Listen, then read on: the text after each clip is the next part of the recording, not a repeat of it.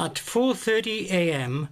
on October the 29th, 1909, the muffled sound of an explosion was heard at the surface from the shaft of the DARRAN pit. The noise awoke nearby residents, and many rushed to the scene. Disaster had struck. At the time of the explosion, there were 4 men working at the surface and 43 underground. 20 of the men working underground lost their lives as a result of the explosion, and a further 7 men died trying to rescue the explosion victims. In total, 27 men lost their lives in the DARRAN pit explosion.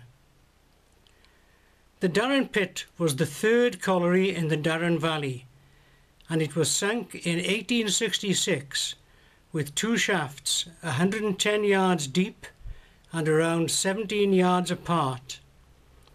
They were situated a few hundred yards south of the centre of the village, close to the current Park Cwm Darran footpath.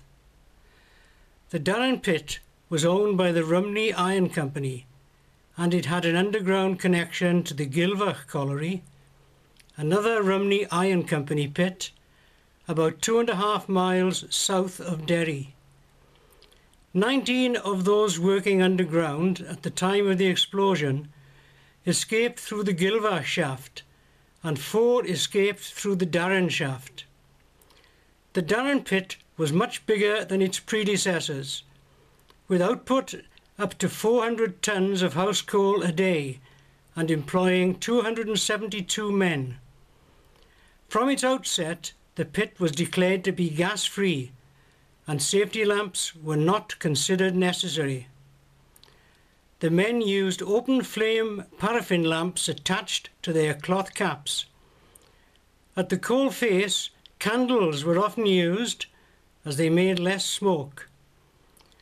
Most of the men at the DARRAN at the time of the explosion came from Derry, as can be seen from the list of those lost. Some came from nearby villages such as Groesvan, Pentoin, Briththa, Fochrew, Bargoed, Gilvach and Fleur-de-Lis. The DARRAN pit was a wet pit with little airborne coal dust, and the risk of a dust explosion was considered negligible. The mine inspector's report into the explosion, however, concluded that firing a shot to break up a large stone had ignited a localized area of dry coal dust. The main conclusion was that neither a very great amount of coal dust nor extreme dryness are required to render a disastrous explosion possible. Enormous bravery was shown by the men of the DARRAN pit at the time of the disaster. This was recognised with 11 men honoured with medals from the Carnegie Trust, and suitable awards were made to their dependents. A record of the Carnegie Medal Awards is retained by the Carnegie Trust, and an example from these records is shown here. 4 men were also awarded the Edward Medal for Bravery by King George V. It is worth recording that these heroes of the past lived and worked in conditions that we would find difficult to understand today. No safety equipment was provided, and even headgear, for example, was limited to the traditional cloth die cap.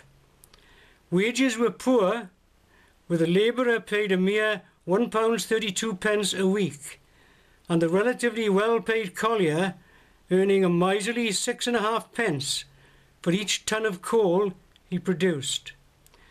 Boys, like Fred Clark, shown here, the youngest person rescued from the DARRAN pit, were typically paid as little as 50p a week.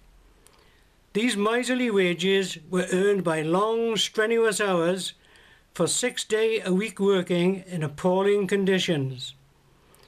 In British mines from 1868 to 1914, on average, a miner was killed every 6 hours and seriously injured every 2 hours. This average was even higher in South Wales, which was the most dangerous coalfield in Britain. These statistics ignore the many miners who suffered from work-related diseases. The Darran Valley has changed from an industrial landscape. It is now closer to its original beauty. We must never forget our past and the debt that we owe to those who worked hard to give us our future.